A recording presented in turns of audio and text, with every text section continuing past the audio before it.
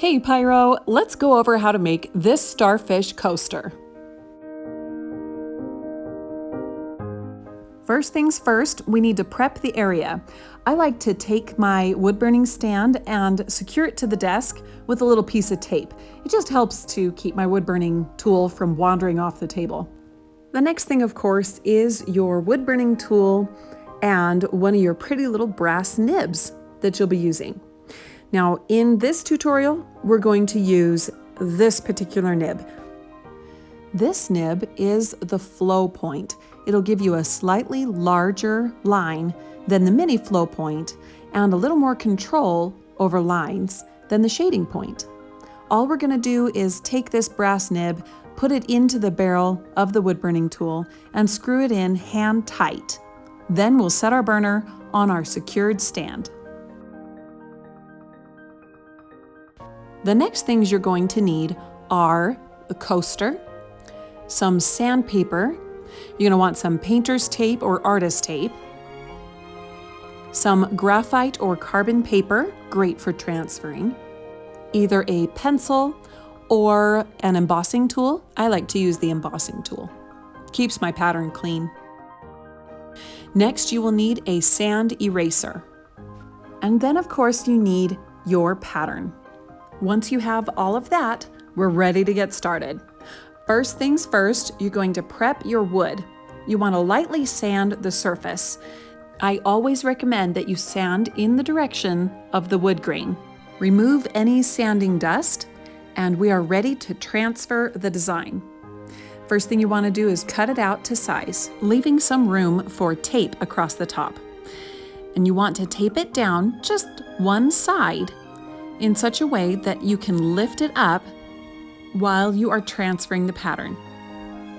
That way you can see your progress. Then place the transfer paper coated side down, so the shiny side down, in between your pattern and your wood.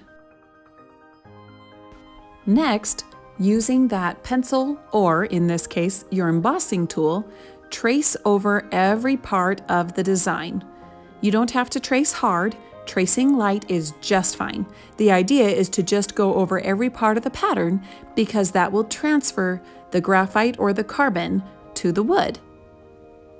As you go along, feel free to lift up the pattern and the graphite or carbon paper and just check and see how your design is doing.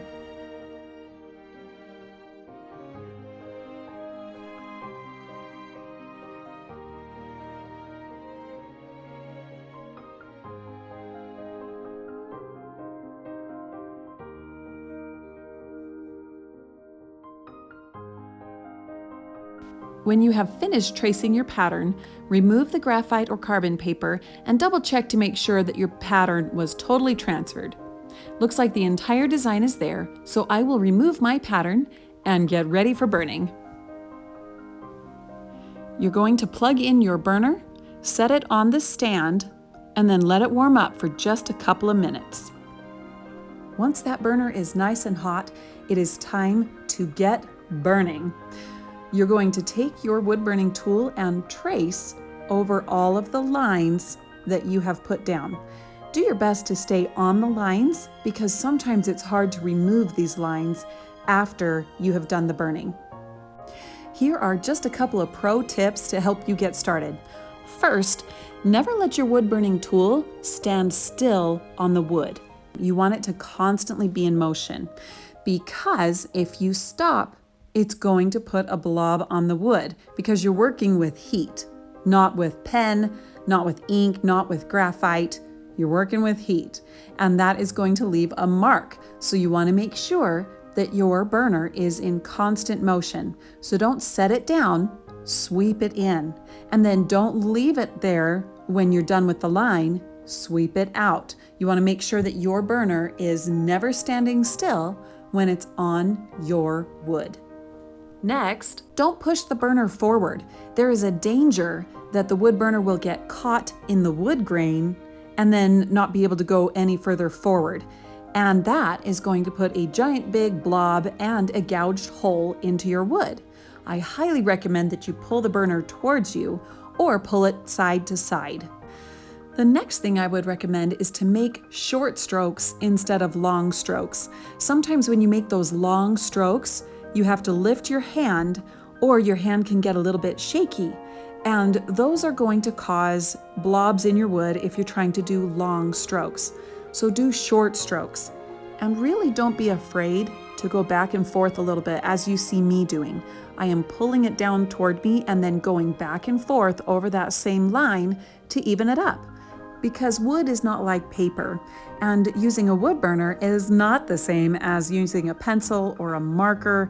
It is much less forgiving, and so don't be afraid to go over those lines just a little bit, trying to even them up. The next thing I would recommend is do not press.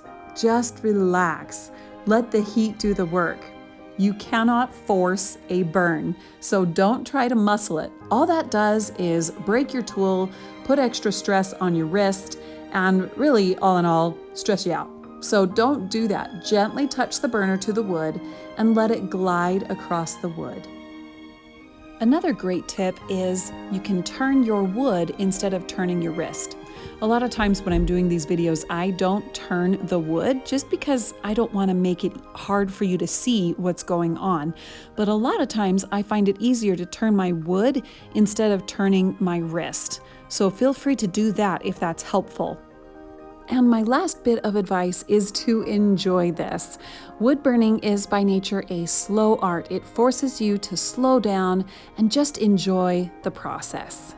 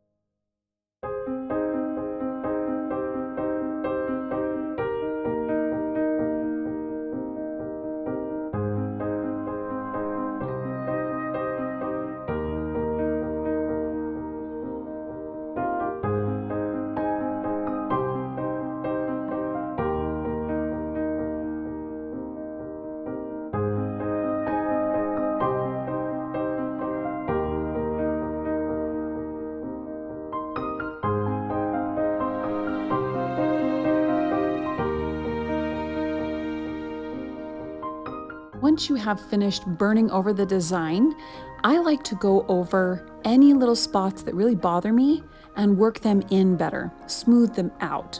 Because there are times when you will get blobby lines and it's just easier to go back in and go back over them and help to darken those areas, thicken the lines to cover up any blobs, and really fine-tune your little piece.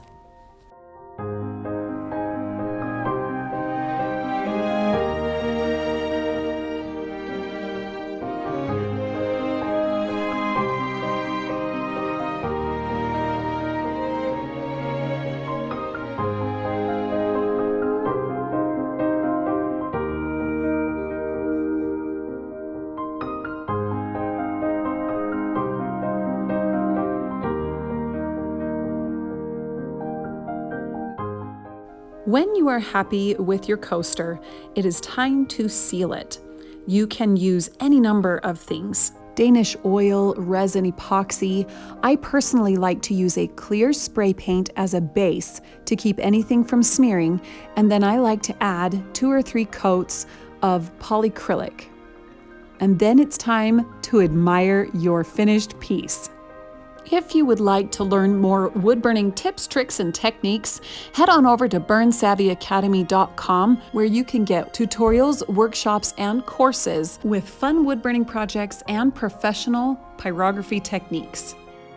Also, don't forget to check out the other coaster tutorials so that you can make this entire set.